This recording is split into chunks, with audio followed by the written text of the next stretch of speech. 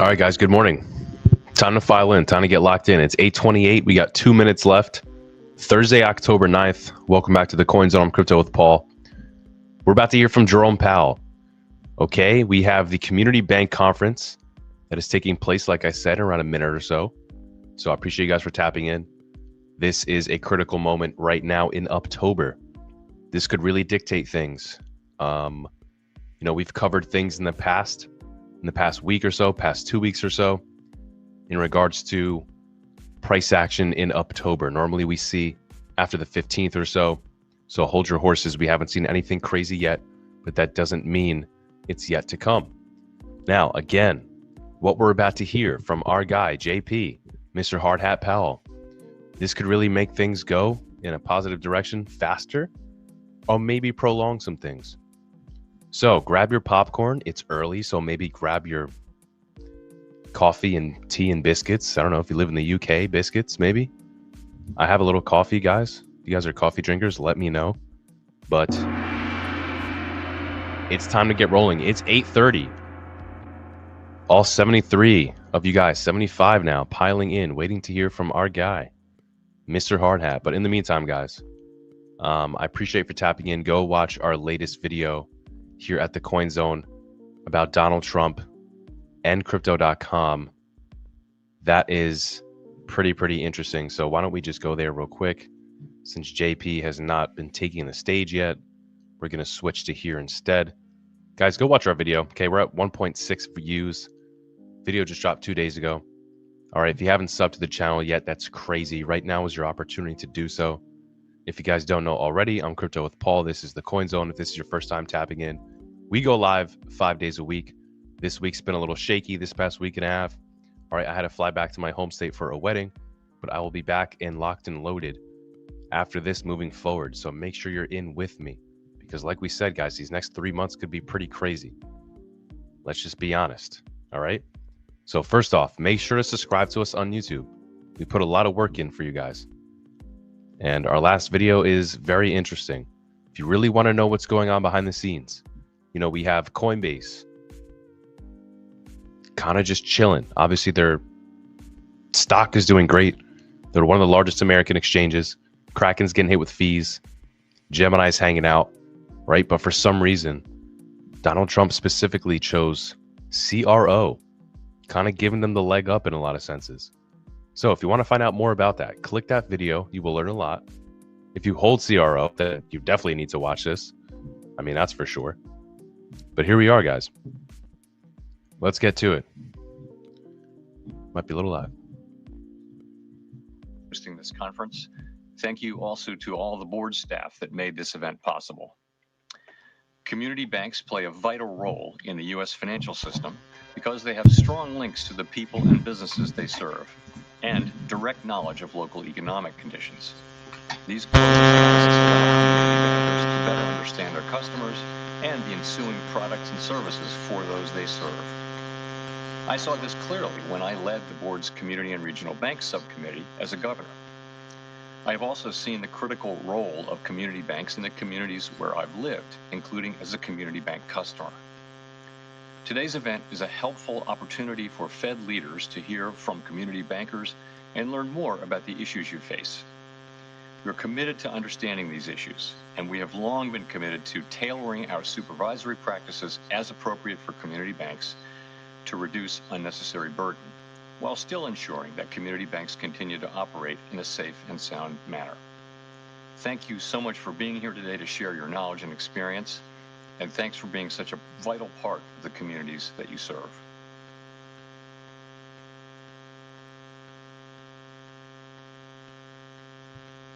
Okay. Opening remarks. Thanks you, Jerome.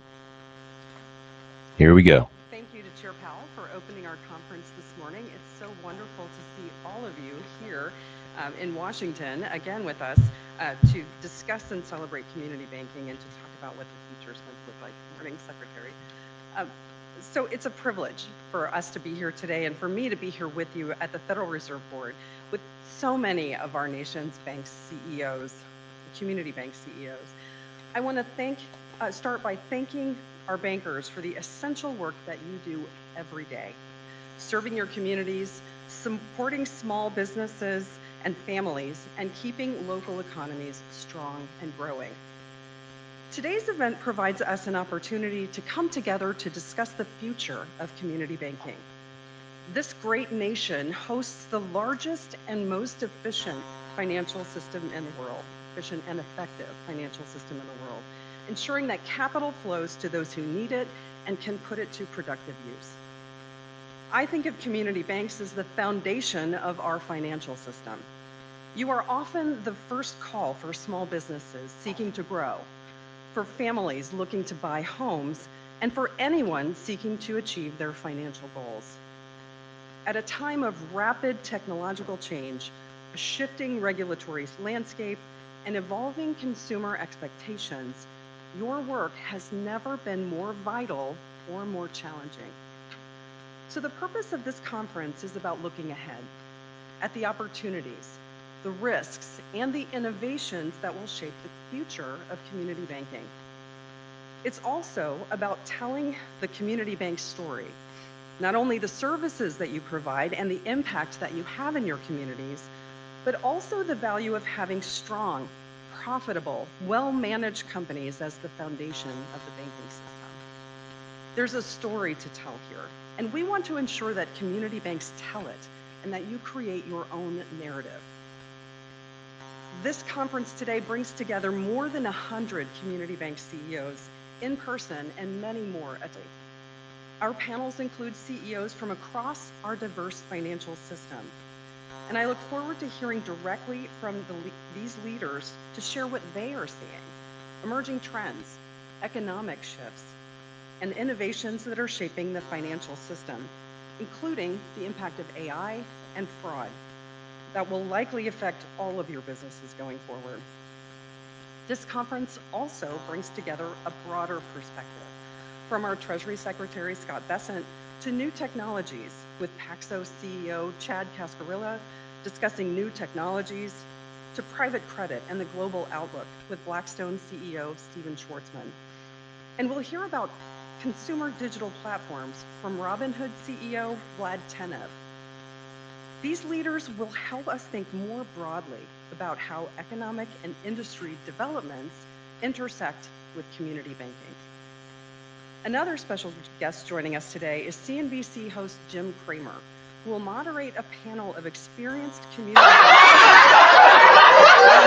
century of banking leadership.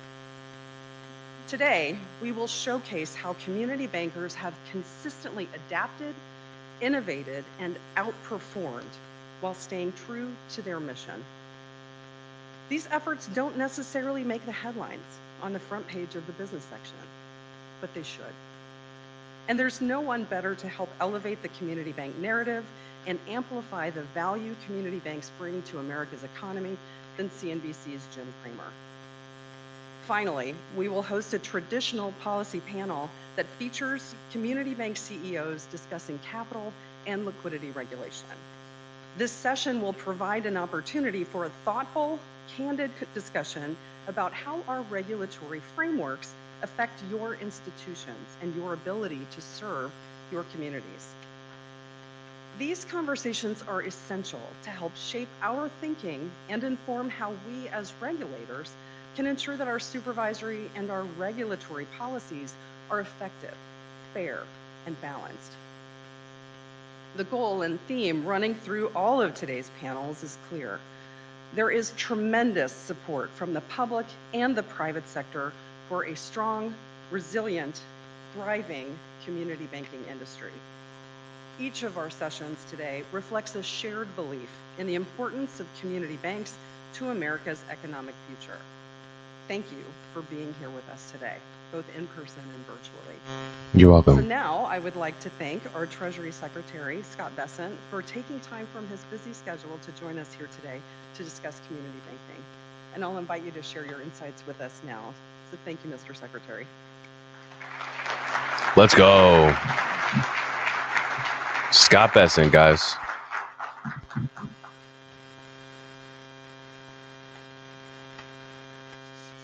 Good morning. It's an honor to be with you today.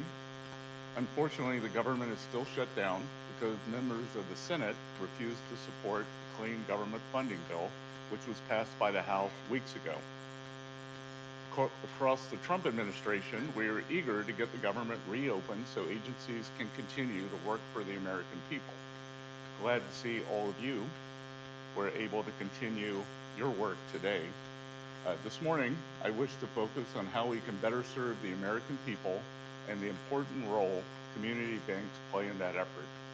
To begin, I'd like to express my appreciation to Vice Chair Bowman for arranging this conference. She and I are committed to protecting the role of community banks in our financial system. This conference is a testament to that commitment. As you all know, better than most, regulation has gradually suffocated the banks that are closest to the men and women who work the jobs, pay the bills, and take out the loans that fuel growth in small town America. Banks that not only know their customers by name, but also their financial hopes and dreams. In other words, banks like yours. To reverse course, earlier this year, I called for a fundamental reset of financial regulation.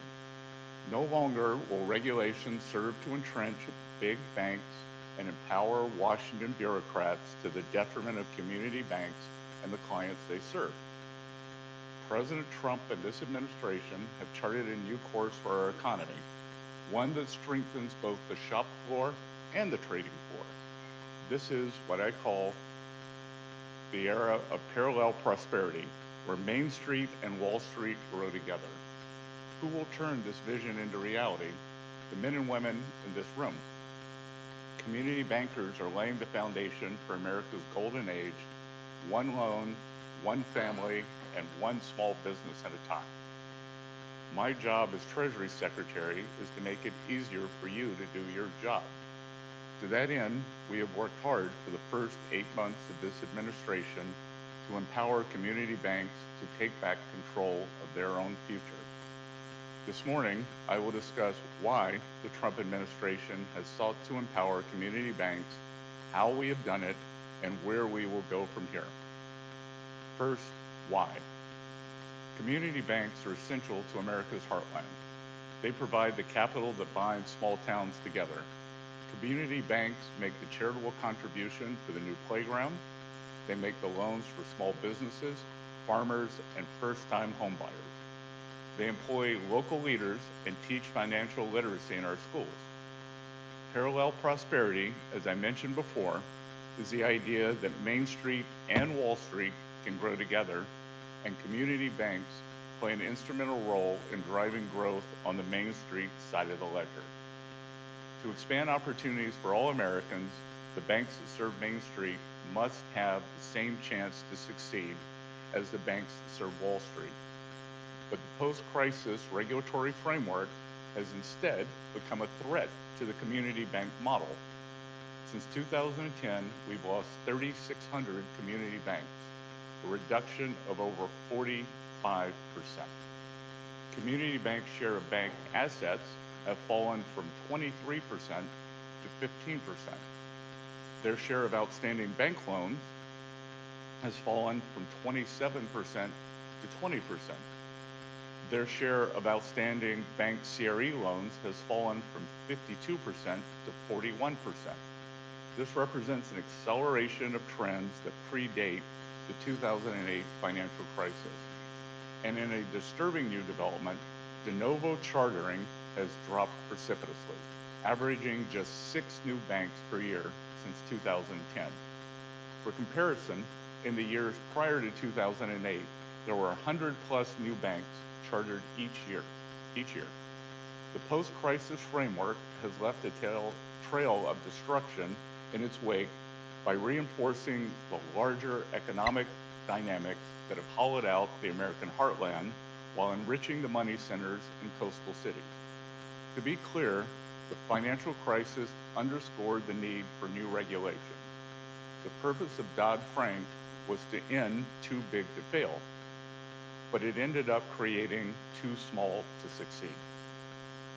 These new regulations entrench the dominance of the largest banks by rewarding economies of scale and necessitating effective lobbying operations here in Washington. What followed was a community bank bottleneck that left America's hometowns reeling. President Trump and this administration have seen what the heavy hand of government has done to community banks and the families you all serve, and he has set out to fix it. Why? Because we know that the Main Street revival starts with a community bank comeback. How have we positioned community banks to succeed? Let's start with the early wins. Just days after President Trump was sworn into office, the administration began rolling back the regulatory excesses of the Biden years. The regulators ended the politicized use of reputation risk and supervision. They proposed to rescind an embarrassing, complicated 60,000-word Community Reinvestment Act rule, and they retracted a merger policy statement that was both bad policy and bad law. The previous administration pushed for rules and guidance that micromanaged corporate governance, entangled the bank regulators in climate risk management, unduly restricted brokered deposits, precluded responsible bank innovation in crypto and other blockchain technologies, and imposed arbitrary restrictions on incentive compensation. These Biden era proposals were bad for banks, bad for business, and bad for America, especially Main Street. So President Trump slashed all of them.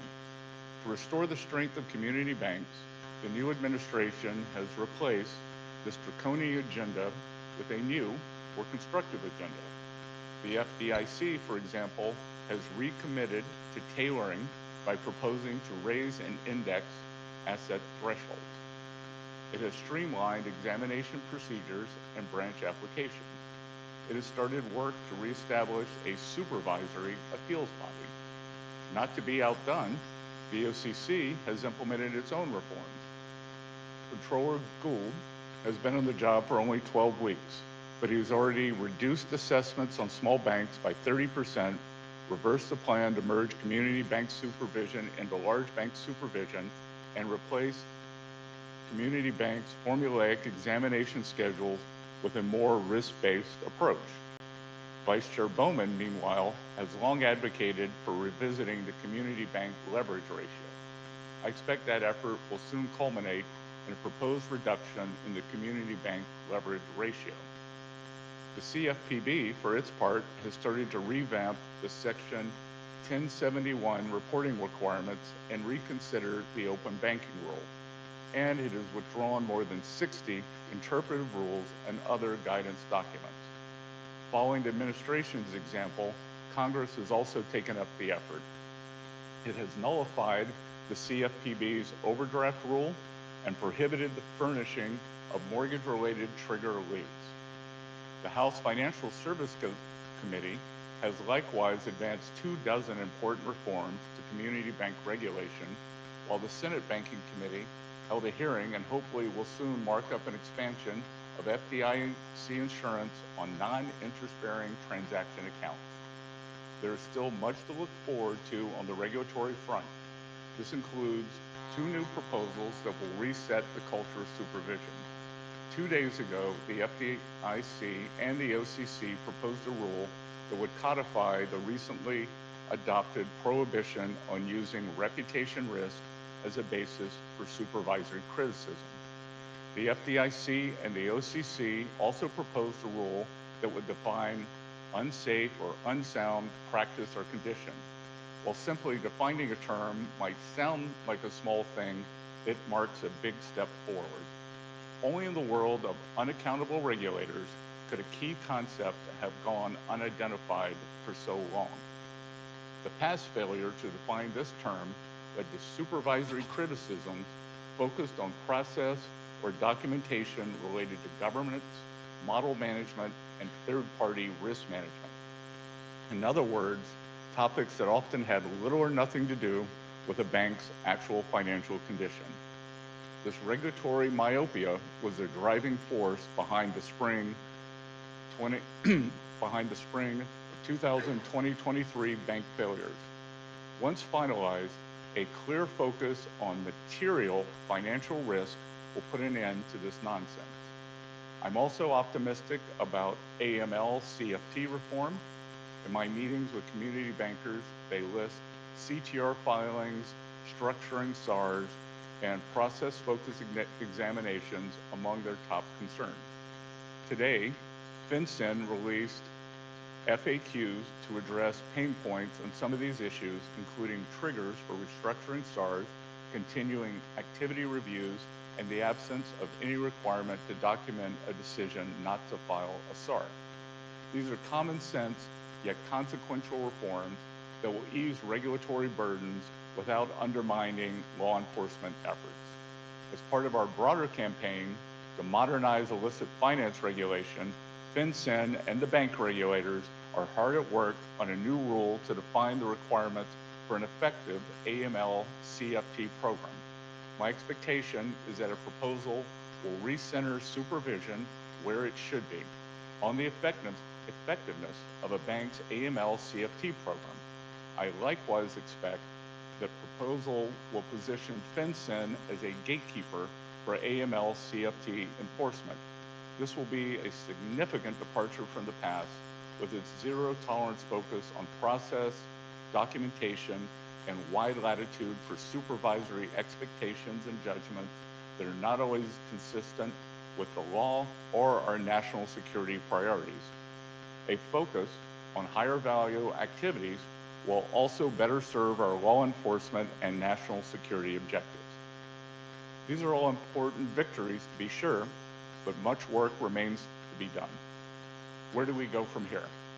Going forward, Treasury will continue to drive reforms to improve regulatory tailoring, refocus the culture of supervision, and modernize our illicit finance regulations. Specific priorities will include reforms to the rating system, new processes for monitoring examiners' compliance with supervisory policy, mechanisms for independent appeals of supervisory criticisms, coordination to avoid duplicative examinations by different regulators, and review of the core platform providers, including contract terms that prevent community banks from innovating for the future. For community banks to go back on the offensive, we need to take a closer look at the dynamics that have undermined the community bank model and work to fix them. To that end, as I have said before, Treasury is focused on ensuring that modernization of our capital framework ends the capital arbitrage that drives bank lending to non-banks. This will likely entail reduced capital requirements for large banks on mortgage loans, investment-grade corporate loans, and some other important exposures. We must therefore ensure parity by giving smaller banks at least the option to benefit from these reduced requirements. Treasury has also supported congressional efforts to modernize the deposit insurance framework. I'm encouraged to see emerging bipartisan support for increasing FDIC insurance limits on non-interest-bearing transaction accounts. In addition to these efforts, Treasury has taken an informed and careful approach to Fannie Mae and Freddie Mac. Any actions on the GSEs must not increase borrowing costs and must preserve what works in the current system. That includes the prohibition on volume-based discounts for large lenders, as well as the cash window and other features that preserve equal secondary market access for small lenders. Now, allow me to close with a call for action. Before President Trump took office, community banks spent decades on the defense. But under President Trump's leadership, the game has changed. The playing field will be even more even. The ball is in your hands again. What happens next is up to you. So my advice, go on the offense, retake market share, chase after customers, champion technology, leverage the new regulatory landscape to your advantage, and expand your role in the American economy. The community bank comeback will help pave the way for America's golden age. Recognize the outsized role you play in this effort and embrace it. Because if you lead the way, Main Street will follow. Thank you.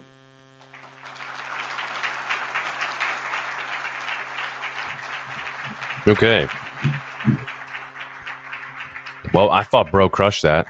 It's a great speech. It's a good speaker. Now back to it. Chat, what are we thinking so far? He said a lot of good things there. Calling out a lot of things that the previous administration did, 3,600 community banks lost since 2008. Secretary Bessent, It's crazy to hear a Treasury Secretary. I'm not sure I've ever heard a Treasury Secretary talk about community banking and the importance of community banks in the United States and for the U.S. economy in my lifetime. So it's really refreshing to hear you engaging on things that are so important to areas like where I'm from and rural communities across this country, and how important community banking is for the foundation of our economy and the economic system. So if you don't mind, we'll start with a question, and thank you for joining me for some a fireside chat this morning. But as Treasury Secretary, you oversee U.S. fiscal and macroeconomic policy. So I know every banker in this room is interested to see how you think about how the economy is going to develop over the next 12 to 24 months, and what key risks and opportunities should they be thinking about and looking out for as they're thinking about how to shape their businesses going forward. Well, I come with some good news this morning, and Treasury, because of the Schumer shutdown, will not be able to release the exact numbers, but the CBO jumped the gun a bit, and it was on Bloomberg this morning that the deficit for this fiscal year, ending September 30th, will be slightly lower. When I went to see President Trump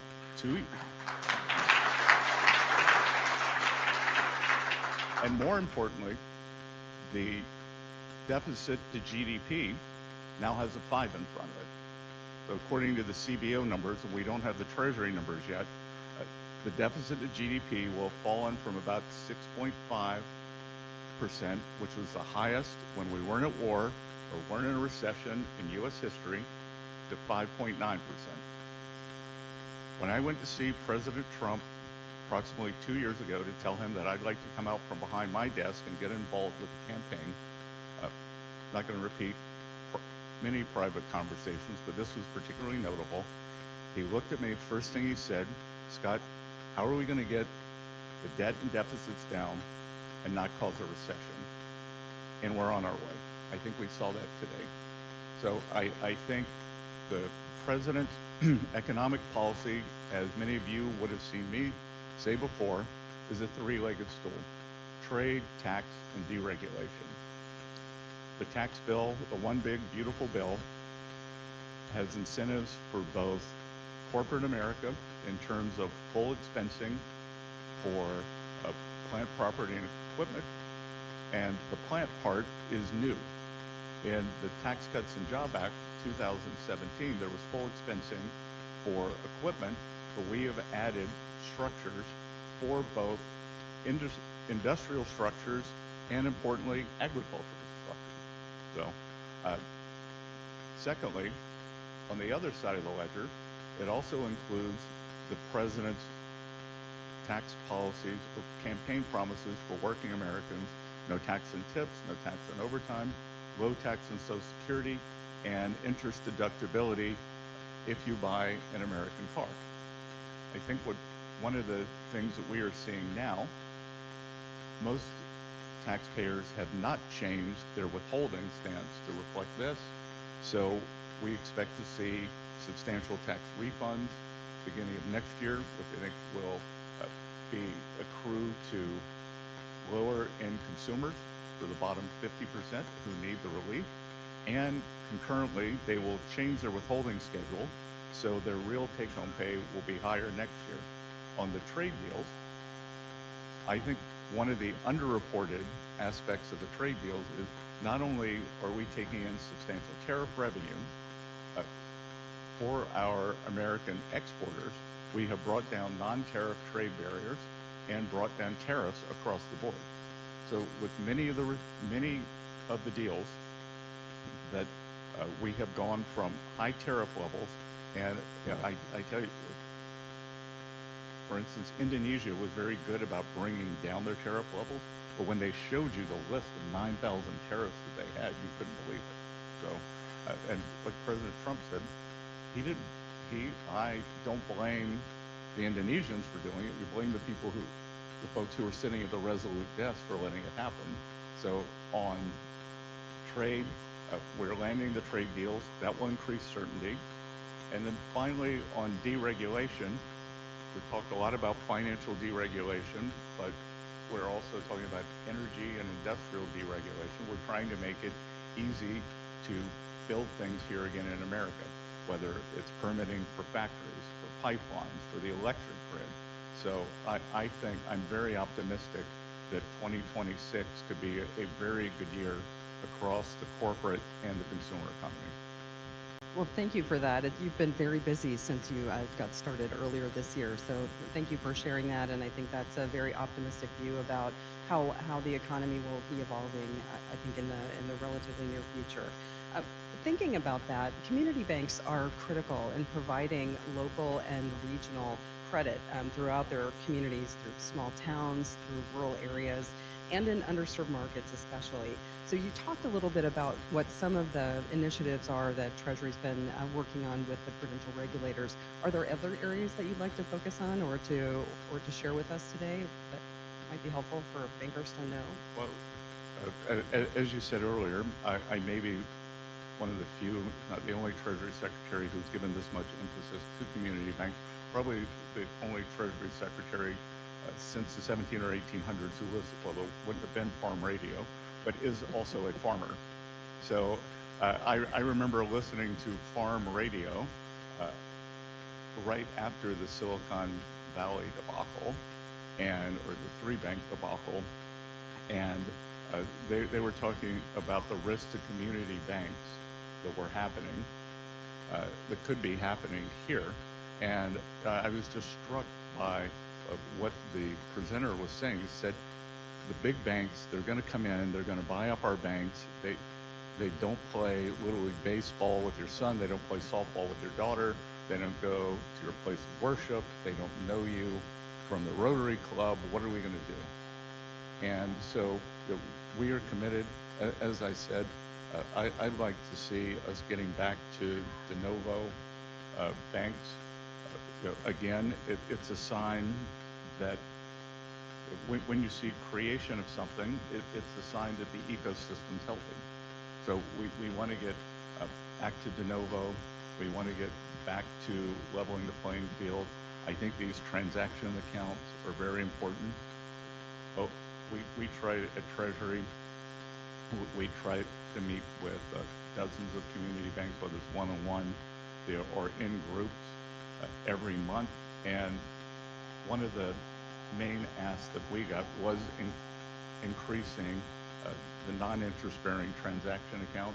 So we've been working very closely with Senator Tim Scott on that. And I think we haven't landed the exact amount yet, but I think that legislation is going to move through. Well, it's wonderful to hear some progress in some of these areas that have been a topic of conversation for a number of years. So thank you for your support in working towards some solutions in that regard. Later today, we're going to have a panel of community bankers to talk about capital and liquidity regulations. So I wondered if you might be willing to share your views and thoughts about how we can appropriately calibrate those capital and liquidity levels, especially for community banks, but maybe more broadly across the banking system to be more effective for economic growth and how to support the economy going forward. I think if we take a step back, we could see that the substantial amount of credit that is being grown outside of the regulated banking system tells you that the regulatory framework that was developed post-Dodd-Frank is too tight, and that there is this substantial arbitrage to be done, whether it's vis-a-vis big banks, whether it's small banks. So why do we have private credit that is bundling loans and then receiving lines of credit from banks? Let's get back to the primary lending function. Let's make capital more risk-based. Let's understand that there's a lot of work to do in terms of bringing this back down to common sense levels. In terms of knowing your client, in terms of releasing what I would say is this regulatory straitjacket. And famous last words, I think private credit is a dynamic new asset aspect that increases the depth and breadth of the U.S. financial system, but it can't be to the detriment of the regulated system. Because my real worry with private credit is everyone in this room, all the bankers, and look, I met a lot of banks who've been going since the 1800s. And if you've been going since the 1800s, you know a lot about risk management. You know how capital works. You know how your clients are. My worry with private credit is it could be very pro-cyclical. That without a stable deposit, in terms of if there were a downturn, the way Treasury and Federal Reserve would work together would be window guidance, would be with regulatory lessening the regulatory parameters, and to restart the economy in a counter-cyclical basis. So we also want to look at that. And again, too, a lot of the things we want to do, we want to make it easier to operate. We had a small community bank from South Carolina, and a couple of weeks ago in one of our panels, I think it was 185 million of assets, 17 employees. I think 5 were for compliance. So, and no one is more focused right now on financial crimes. Our FinCEN department is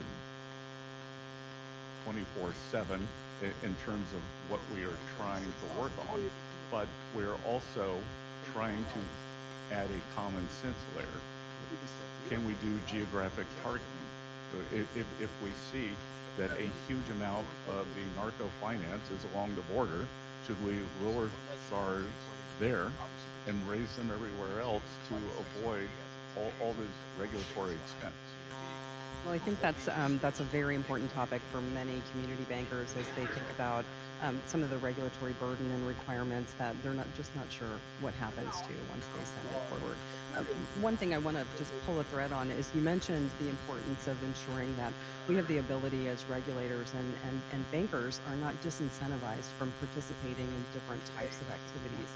One thing I would point to, and I have many times over the years, is to talk about how important it is that we're pulling some of these activities back into the regulated financial system, especially real estate lending and mortgage servicing and things of that nature. So I know many of these bankers in the room are hopeful that we'll be able to think about that differently. So when you discuss the regulatory perimeter, I think that's a very positive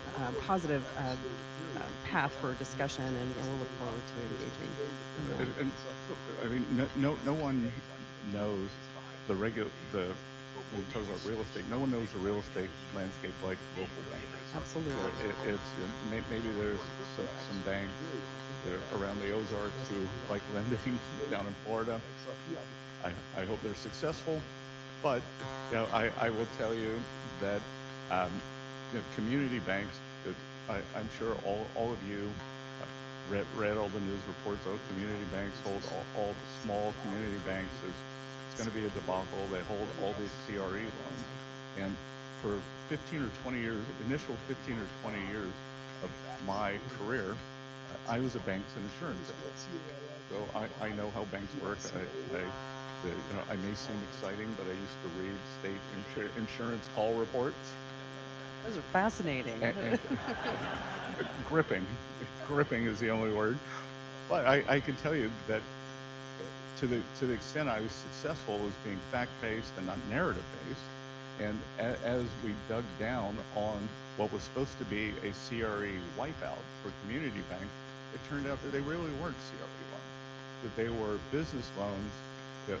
And we just went out and talked to small and community bankers.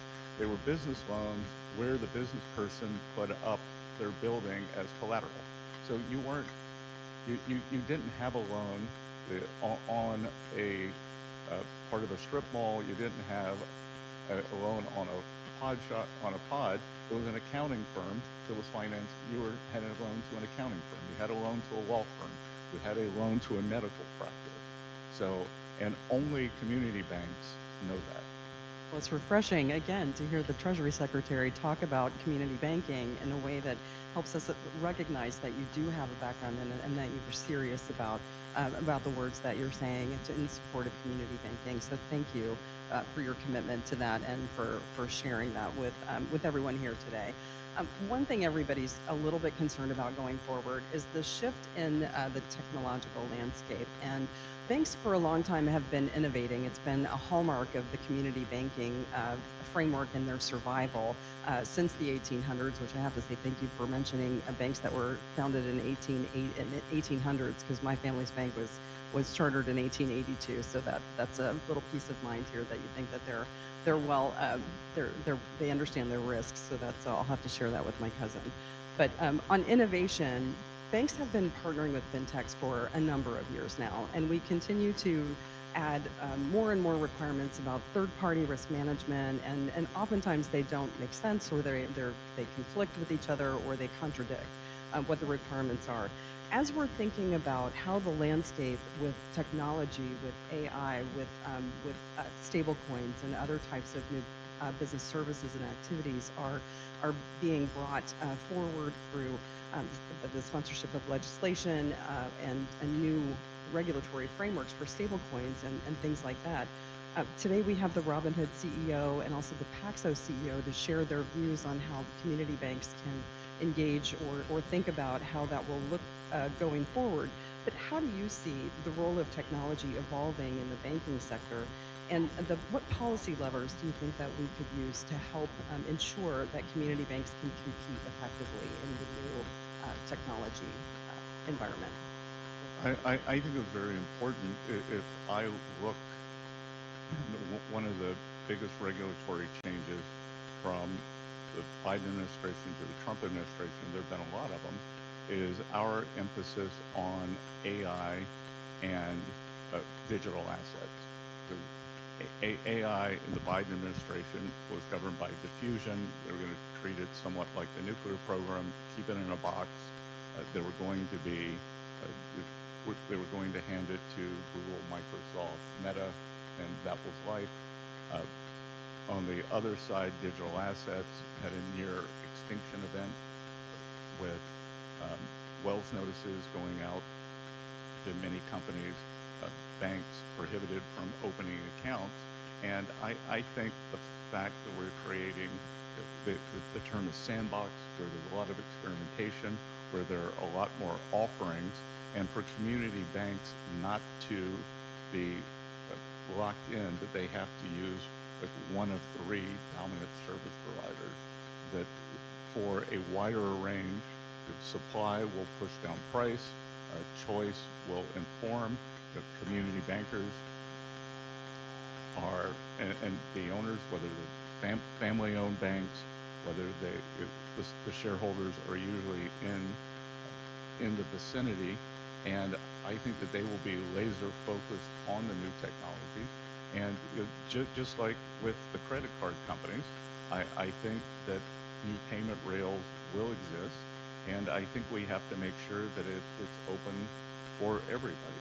So JP Morgan, Bank of America may have their own stable coin, but I think it's very easy, and you'll hear, you have two great participants, that you will hear that for community bankers to join together, whether it's in some kind of a cooperative program, whether, but you can private label these under your own name, and it doesn't necessarily have to increase deposit beta.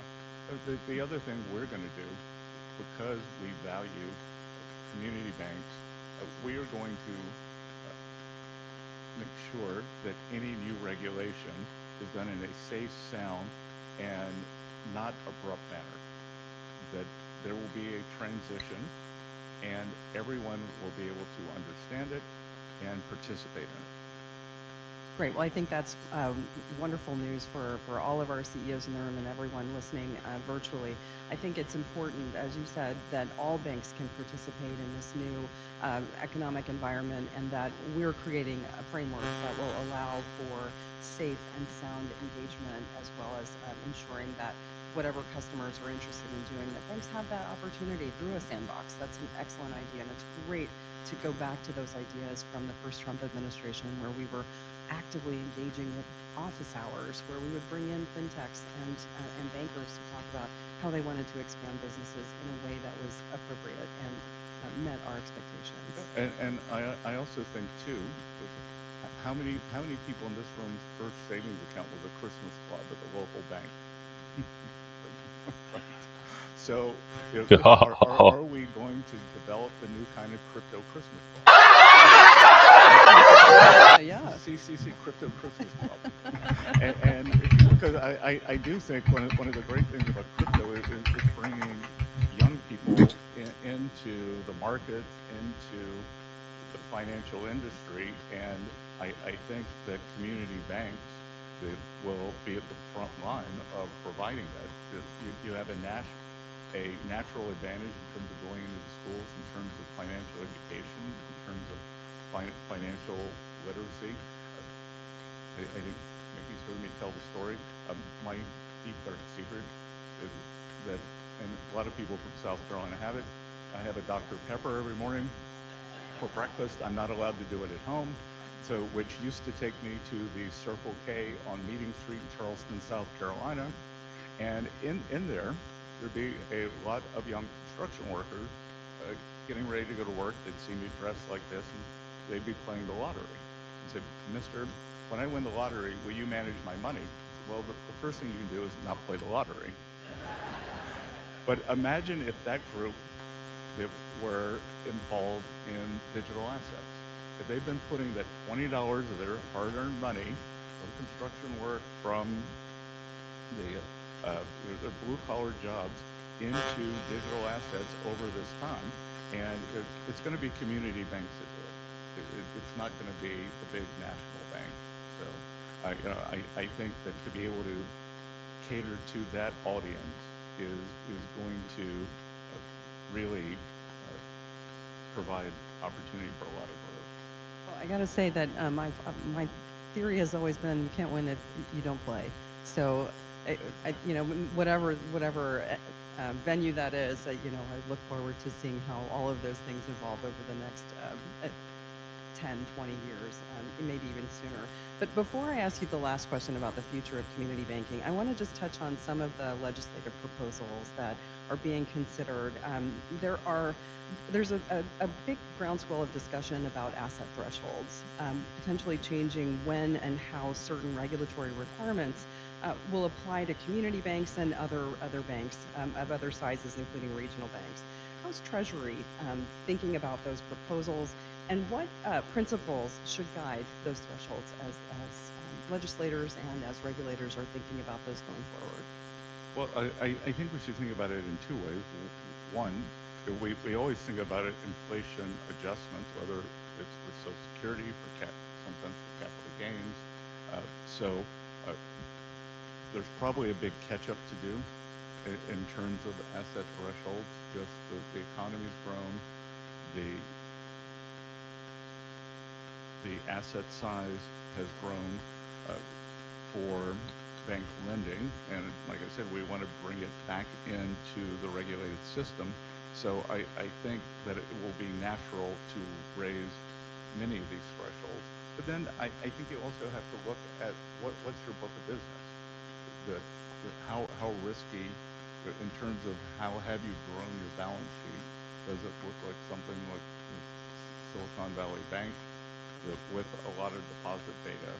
So yeah, I think it's those two, but I definitely believe that we do need a substantial increase in terms of the regulatory levels, and maybe even an increase from the 10 billion of when does the Fed get involved? I think those are really great topics of conversation, and I think more and more I'm having discussions, as I'm sure you are too, with regional banks who are being frozen at a certain asset level size so that they're not crossing that $100 billion threshold, or a community banker that's being frozen just below 10 billion in assets, simply because so many different thresholds of many kinds and different regulations and statutes fight. Or one of the banks we had would come in, and you would think that if a long-standing big customer came in and put a big deposit in at the end of the year, you'd be excited, but they would no, we can't take it because it's going to push us over 500 million, and then the trigger is there. So we want to make sure that you're able to grow without setting off the regulatory tripwires. Well, I look forward to chatting with you about that going forward and seeing how all of us as in the regulatory space can think about how we can more effectively allow banks to manage for their growth and their size, especially when they're not changing their business model. But finally, on the topic of the future of community banking, over the next 5 to 10 years, how do you see the biggest structural shifts occurring, and how do you think community banks will evolve to meet those challenges in the future? One of the questions that we're asking all of our keynote speakers today is, what does the community bank of 2025 look like? 2025 or 2035? Oh, sorry, 2035, sorry. Yeah. I don't have my glasses on. Yes, 2035, it is already 2025. Look, so the ones that make it through the next 10 years will have embraced technology, have embraced financial modernization, and as I said earlier, I think we'll have brought along a whole new generation of young people into the financial world. Because look, there's a whole group just because of the bad calendar, and they lived through the GFC, they lived through COVID, but when I interact with them, they're curious, they want to be part of the system, and it will have been that. And I think that we will see I don't know if the branch model is as big as it was. We'll see with that, but I think it's all going to center around technology. And so that's the importance of low-cost technological alternatives for the next 10 years. Not just for 2025. Not just for 2025. Yeah, I think one of the wonderful experiences that we've seen throughout COVID and the Paycheck Protection Program was that we have an amazing industry of community banks that are willing to bend over backwards to ensure that they can support their communities. And I look forward to seeing, hopefully we won't have another experience like COVID where we're asking banks to be the sole provider of fiscal support or loans for their small businesses to keep their economies running and people employed.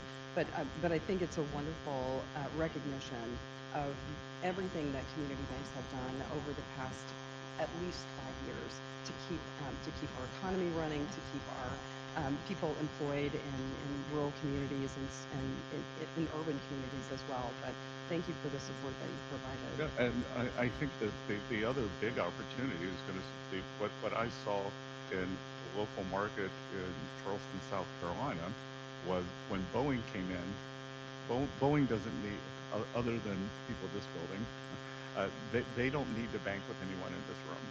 But when Boeing's second largest production facility came in, there was an ecosystem of more than 200 small factories that sprung up.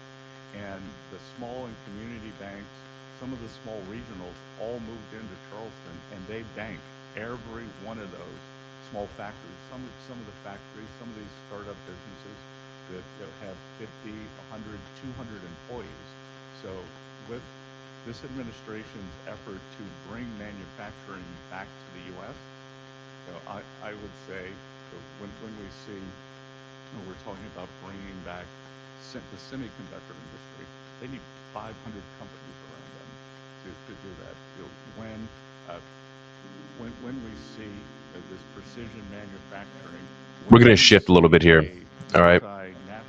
So shout out to Scott Bessent. Thank you, brother. We appreciate your input. Stick with me, guys. I'm going to break down what we just listened to, why I think this is extremely bullish for the markets right now. This can help October. This can help the next couple months. But I also want to lend some perspective on just exactly what he meant when he was referring to the big, beautiful bill and what they plan to accomplish there, because I think that is a big, big gray area. First off, Objectively, okay? I'm not picking sides here. Objectively, the media will make Donald Trump out to seem like a monster and like an idiot, okay? Scott Bessent is a very smart man. They clearly have a plan with the big, beautiful bill. It's been 8 months so far. We haven't really seen many great things that people can write home about, right? So this event will continue. Maybe if you guys want to stick around till later to watch Jim Cramer speak, I don't know if you would want to do that genuinely, okay? But let's just recap what we just heard.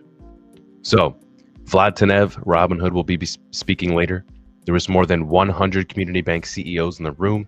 Jim Cramer will be speaking later. For some reason, they asked Big Guy to go. But listen, Scott Bessent said community banks must have the same opportunity to succeed as Wall Street banks, and they need to grow together. Now, since 2008, there has been a loss of 3,600 community banks. That's a 45% reduction. That's a big deal, guys. That is not a good thing. Quote unquote, he said they tried to, not this administration, but in the past, they tried to end the too big to fail, but created too small to succeed. This is extremely contradictory and hypocritical, because in 2023, they talked about the crash of banks like Silicon Valley, Signature Bank, First Republic. And what happened then? Well, they asked JP Morgan to step in. So you're creating too big to fail monsters. So it's very hypocritical there.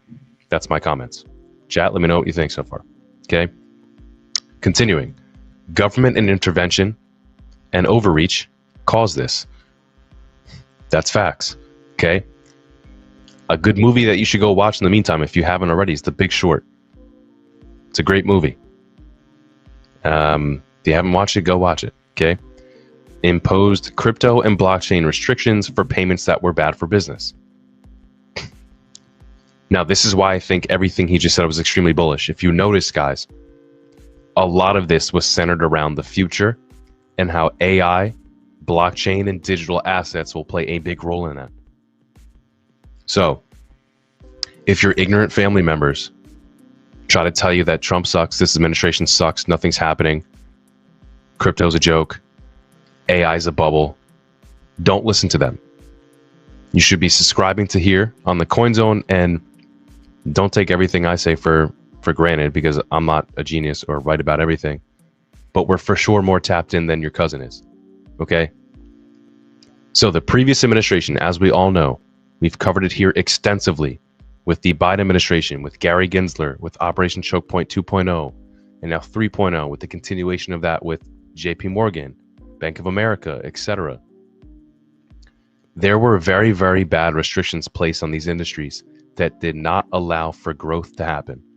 So what the big, beautiful bill does, what this new administration is doing, is unlocking these industries and allowing them to thrive so growth can happen. As you already heard, Scott Bessent mentioned, we already had a reduction in some areas, which is good. Now, we haven't seen those numbers because the government shut down. They call it the Schumer shutdown. It's accurate, even though, again, the media is going to tell you something different, that Republicans are bad.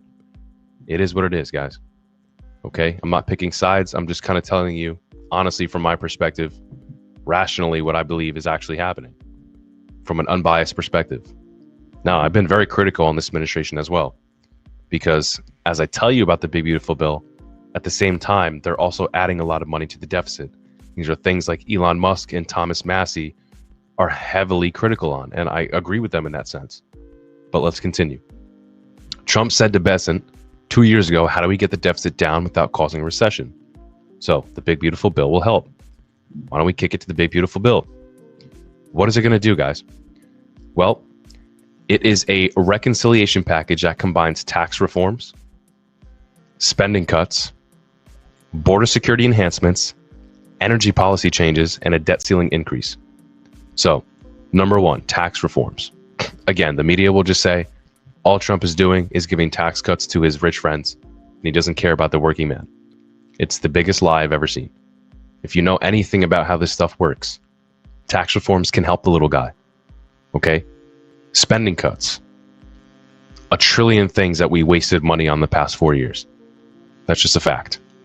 However, Trump is also spending $1 trillion on the military, I think he said, next year, and a lot with this big, beautiful bill. So that kind of doesn't make sense in my eyes. right? But it's just to continue. These people know what they're doing, okay? So the administration's core theory is velocity economics.